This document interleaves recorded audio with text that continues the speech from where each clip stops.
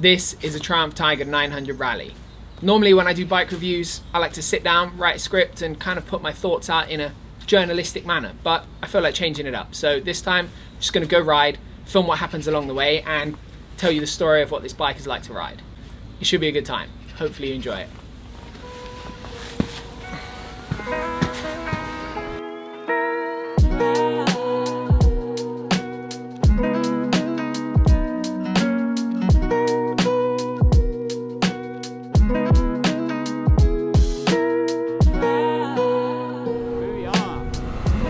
Chilly out today. Tuck in behind this screen. We are on brand new tyres, which is why I am a little bit steady away.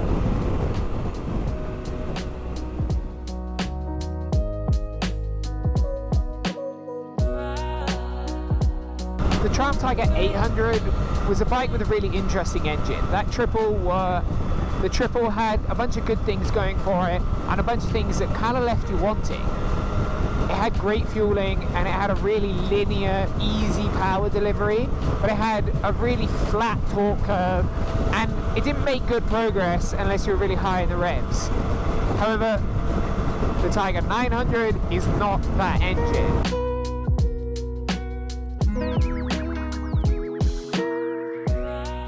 On the road, the thing that it's gained that makes it much better for me is it's gained some low down torque, which means I can sit lower in the revs, I can run whatever gear I want, it kind of doesn't matter, and it rides really, really well as a result.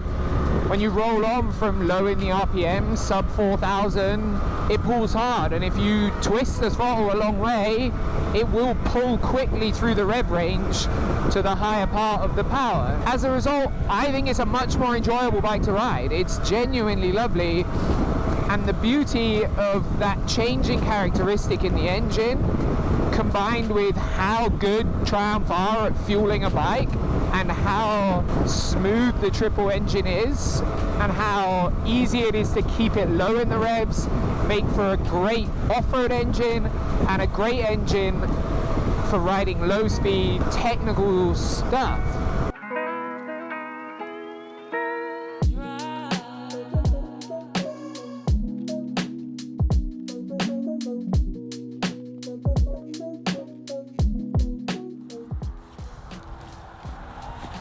Just stopped for lunch, finished lunch, it was good. Now we're gonna go find our first off-road trails of the day.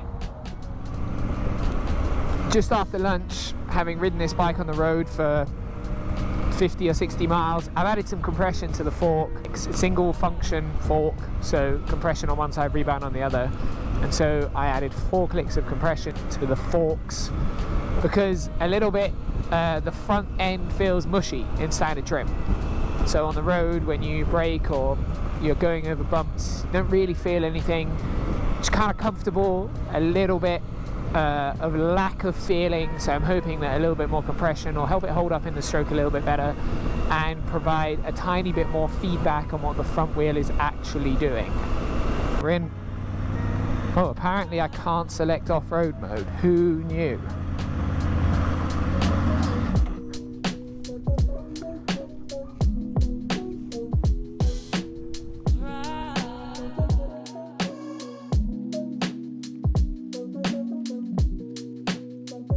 Interesting things going on with this Triumph. Firstly, suspension clearly is pretty good. I'm pretty comfortable on it out the box, but oh, scrub. It's still mushy. Traction control is also getting in the way.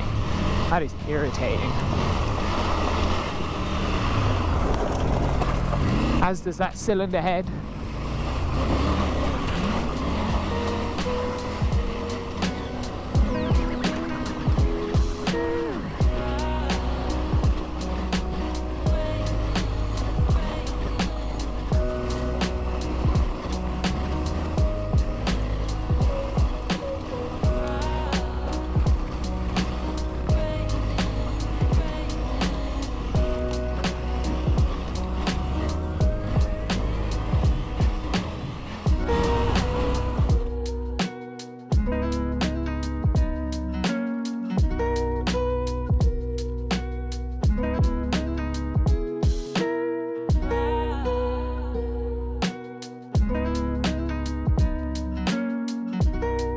when it comes to road riding and handling, this Triumph is really good. We're on adventure tyres at the moment, so Metzler Karoo 3s, because obviously we've been riding quite a lot of off-road as well.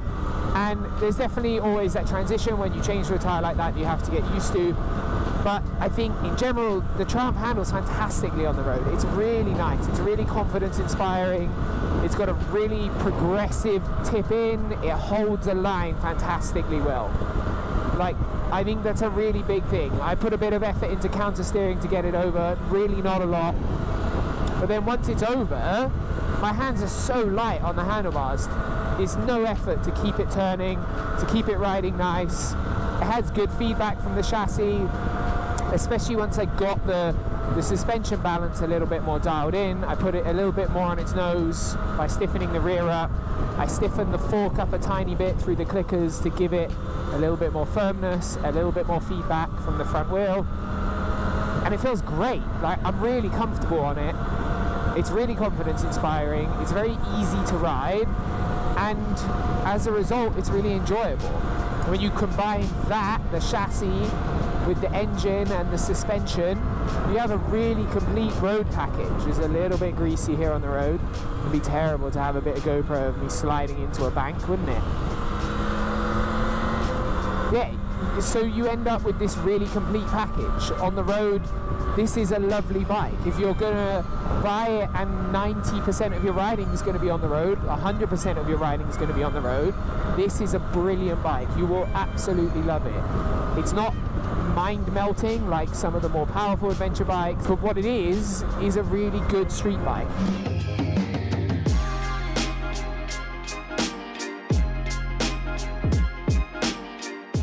Just stopped, beautiful spot, amazing road. We're going to try and turn the handlebar clamps around on the Triumph to get them forward a little bit, to make it a little bit nicer to ride. Like, the standing position's a tiny bit cramped at the moment. We'll see how it goes. See, that is the daddy, isn't it? Look at that. Am I going to speak too soon here?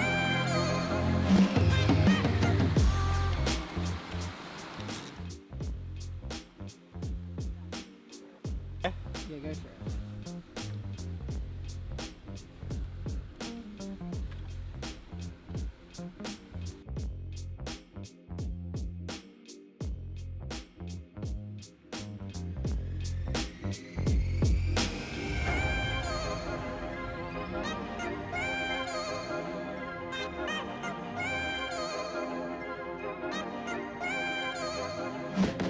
It's a bit more of a hole than I thought there. Ran out of momentum and talent. I can do this better than you could.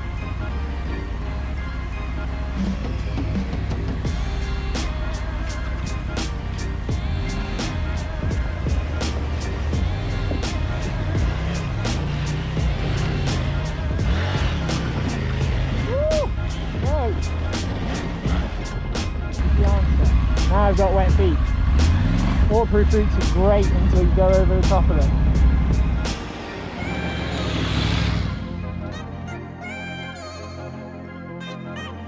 When it comes to the chassis riding off-road, with the Tiger 900, I don't think it's a cut and dry thing of it's a great chassis or a terrible chassis. There's definitely some moments where I really trust it and some moments where it confuses me a little bit.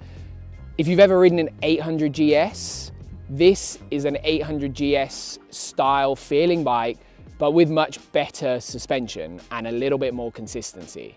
Triumph have done a pretty good job of shedding weight on the new bike. The new one comes in at about 197 plus liquids. I don't quite know what that figure is, but it's not anywhere near as heavy as some of the other adventure bikes it's going up against. It generally works out about 20 kilos lighter than an F850 GS, a little bit more again lighter than an Africa Twin, but slightly heavier than a 790 Adventure or a Tenere 700. When you ride, you can definitely feel that. Now, the chassis and the way it handles is a bit of a combination of the fact that the suspension is plush and adventure-y, and a little bit the fact that it's an adventure bike with some hefty weight behind it.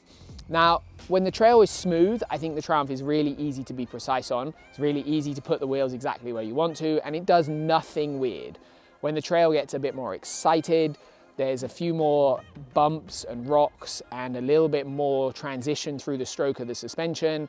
The chassis becomes a bit more cumbersome. Now, I mostly think that that is a suspension setup decision rather than a chassis decision. Generally off-road, I think it's a really neutral bike. It's really, really predictable to ride. And when you're talking about the chassis of a bike, as long as it's predictable, I think you can ride around most of the things it does. Now, the Triumph doesn't do anything weird.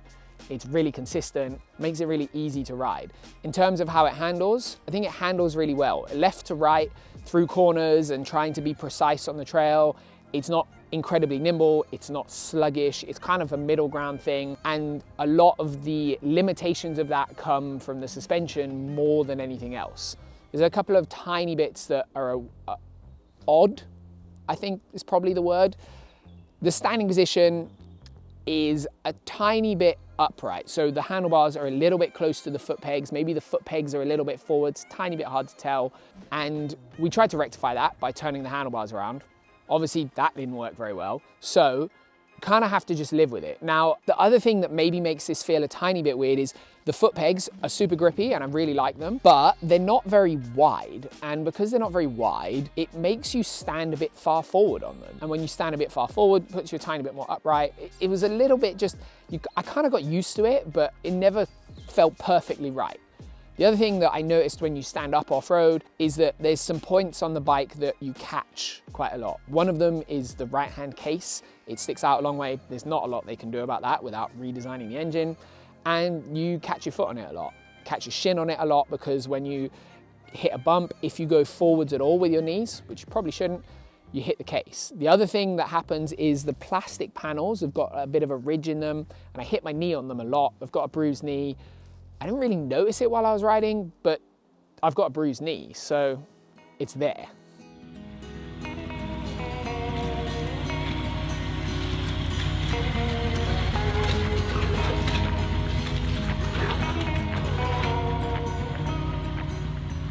That clear direction that Triumph have taken with the suspension to have a nice balance of comfort versus performance on road is exactly the same off-road. Like, they have clearly baked into this bike an idea that there should be a degree of comfort to it, unlike the KTM 790R, where predominantly the base setting is to deal with big hits. This bike is not like that.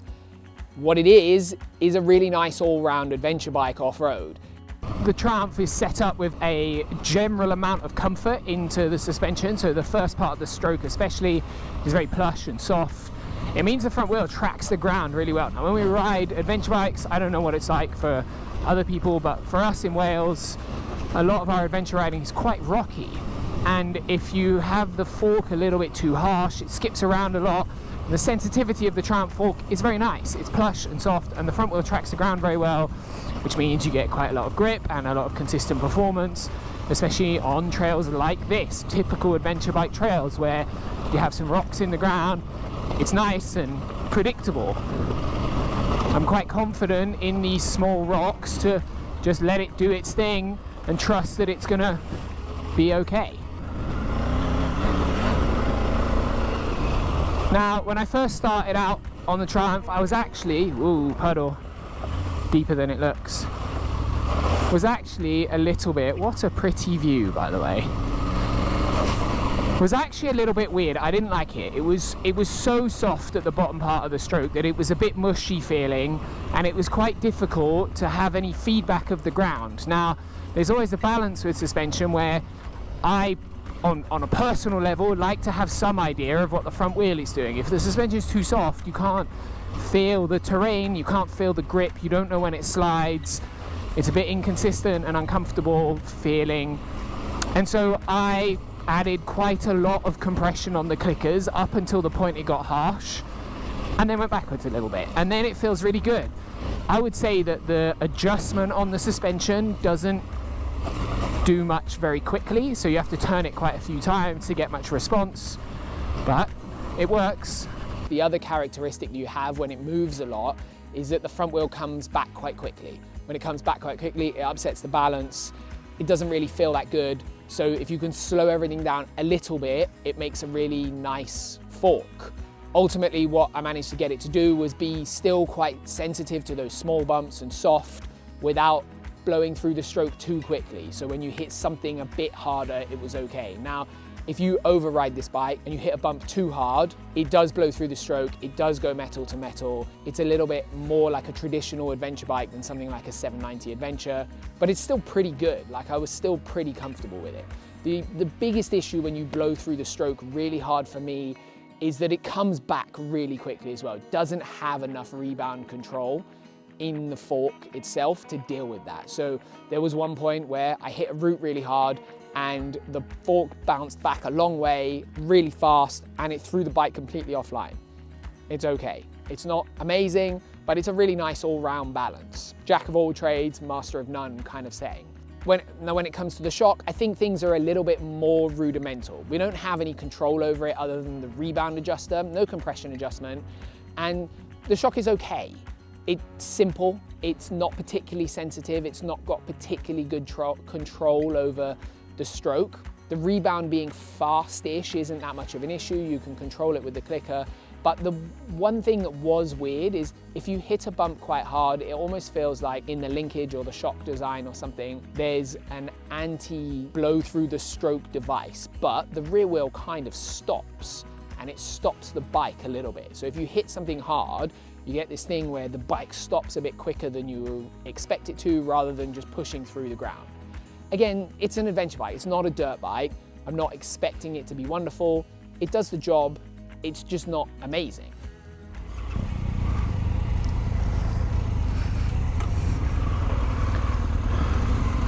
Okay, this is going to be a test of any adventure bike, I think. Ooh, girl! Right in. No messing about. So, as you can see, the Triumph is pretty damn good in that situation. It's real good with the engine staying low in the RPM if you're gentle with it. I'm about to make a mug of myself.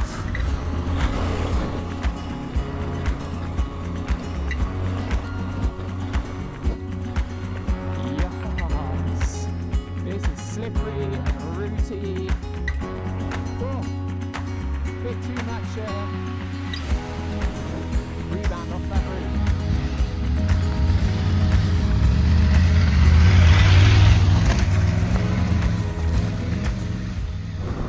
My God, it's starting to rain. I think we might have to stop and waterproof up before it gets too grim.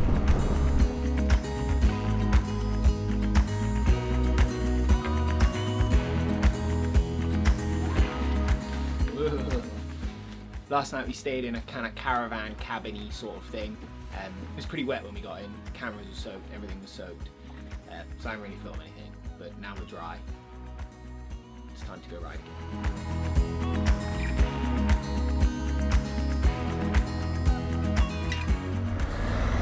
Welcome to another beautiful morning.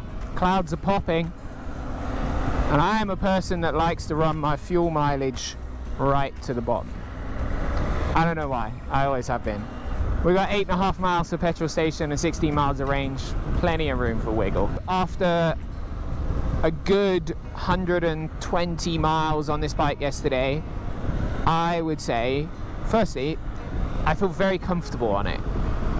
I think this is one of those characteristics, it's a little bit unquantifiable, but sometimes you get on bikes and they're very predictable, and sometimes you get on bikes and they're very unpredictable. And this Triumph, for the most part, falls into the category of being very predictable. One of the underlying things that I think is really important with any adventure bike, for me, when you use it in a kind of real-world adventure scenario, is the manageability of the bike. Some adventure bikes are incredibly capable machines, but their low-speed riding comfort is not very good. They're not easy to control at low speed. They're not easy to deliver the power on. The clutch is hard to feel what's going on, and the balance is a little bit off. And generally, for me, that's what makes a bike feel big. When it's hard to manage at low speed, it accentuates the weight of a bike dramatically, it accentuates the height of a bike dramatically. So when you have really squishy suspension with a clutch that's kind of vague and hard to judge where the bite point is, and you end up having to rev it quite a lot to feel comfortable doing hill starts or U-turns, all of a sudden the whole process is a bit more stressful than it needs to be, and this Triumph is not that bike. It is, I personally feel, incredibly manageable.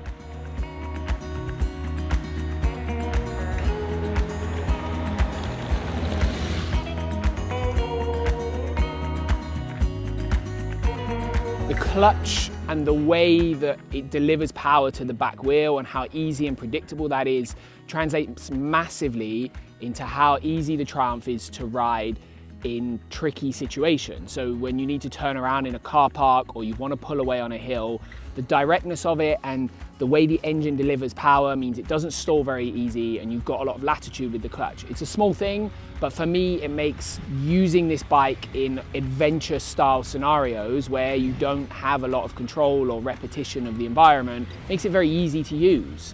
Likewise, the way the engine delivers power off the bottom is very gentle, and so those three things together make it a quite easy bike to ride. The only limit to that for me with the Triumph is that there's a slight lack of steering lock. Now on the old bike, that steering lock problem was much bigger. It's better than it was, but it still, I think, could be a little bit better. It has a tendency to sometimes catch you off guard a little bit and catch you out, which upsets the balance of the bike a tiny bit when you're doing things like tight U-turns. However, generally, I think it's pretty easy to ride. Well, this is classic Wales. This is the fuel station. No. You don't have any... Alright, cool. It's alright. That'll be a no.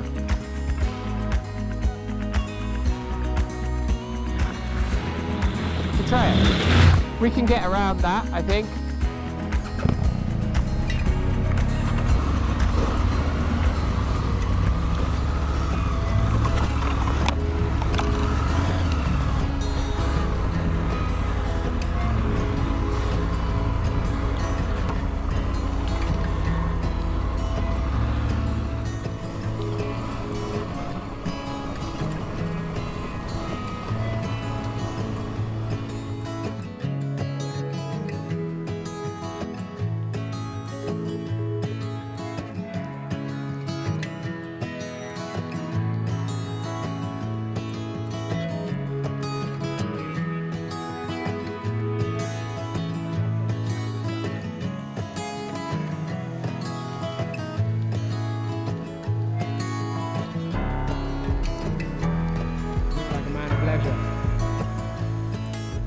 When it comes to the electronics package, Triumph have really brought the Tiger 900 into the future. They had to a little bit because of new Euro regulations, but also because everybody else has. We've got a TFT screen, electronic throttle, and all the good stuff that comes with that. In fact, I think the Triumphs as a whole have one of the most complete packages of extras you can add to your bike. You can go the cruise control, heated seats, heated grips. And I think one of the things that Triumph have done really, really well with their technology and the finish of all of that stuff is how well integrated it is. The switchgear is very nice, the TFT works fantastically well, it's pretty simple, and the heated grip switch is actually in the grip. I don't want to have to buy a new one because that probably won't be cheap, but I really like the way it works. Now, whenever you're talking about technology, what becomes frustrating with it when it starts to grow and develop is when it doesn't work as well as when it wasn't there. However, for the most part, the Triumph is really good. I'm really impressed with the ABS. It's fantastic, it doesn't interfere.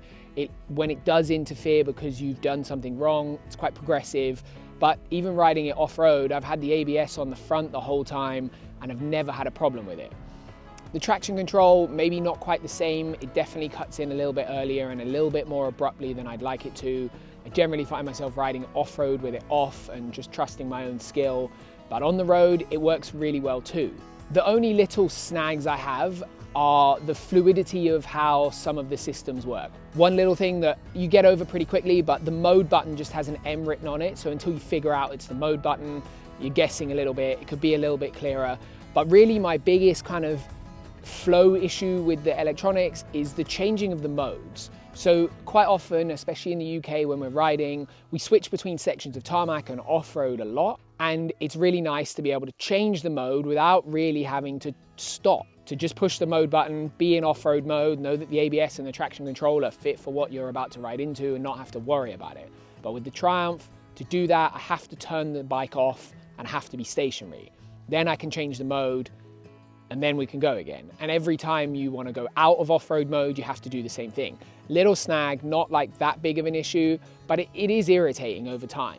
The other thing that I wish was a little bit different was when you turn it off, if you turn it back on and you're in off-road mode before, you have to then reselect off-road mode. It reminds you to do this, but you have to do it.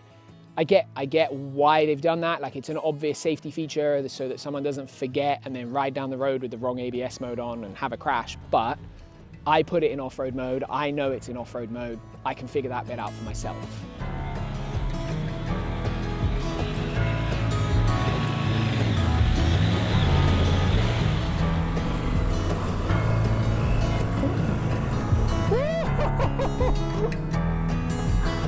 The panic was strong.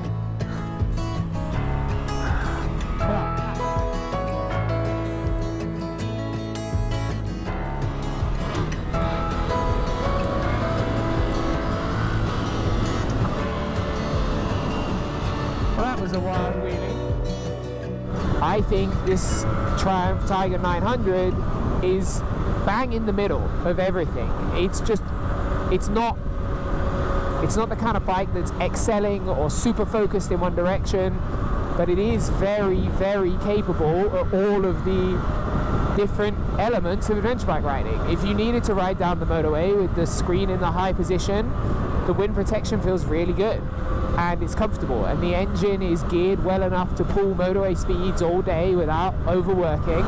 We've got cruise control and it's comfortable. I can ride this bike all day and I think it's really comfortable. This one, I do believe, has the comfort seat. And when you want to turn off-road, it works fantastically well. It's not perfect. There's little bits that definitely feel like a compromise, but the more I ride it, the more I learn what those are, and I can ride around those small bits, the more complete this bike feels, and the more comfortable I am to do what I want to do with it.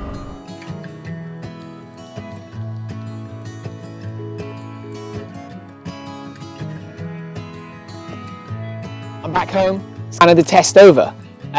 Feels like normally I do like a bit of a summary thing here. With the Tiger 900, when it comes to talking about its abilities in context of an adventure bike and against the other bikes that are theoretically in this class of mid-sized adventure bike, the Triumph is a really convoluted bike. It does everything very well, nothing exceptionally, but that is kind of the point of an adventure bike. And at the end, as we've gone through this test and I've talked about the various elements of the bike and what it's like to ride, there's no one thing where I stand there and I'm super excited about its ability, but as an adventure bike, I think it's very easy to ride. And when bikes are easy to ride, I think they're fun because they let you do more. It's a very good road bike. It's easy to ride quickly on the road. It's effortless. It's quite effortless to ride a really long way. And because of the way the engine is, it's quite effortless to ride technically off-road, which means it's a very fun bike. It is not a KTM 790 Adventure R.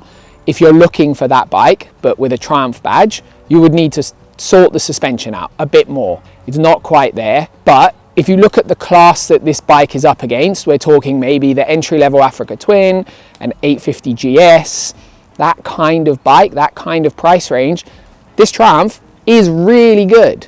Like, it's really good. And I think Triumph have done an exceptional job. It's very well-rounded and it's very well finished. Generally, when I look at it, it feels like the kind of level that you would expect from someone like BMW. The switchgear is beautiful, the TFT is beautiful, the clutch and the throttle and the suspension, it's all very well done. And Triumph need a big round of applause for that.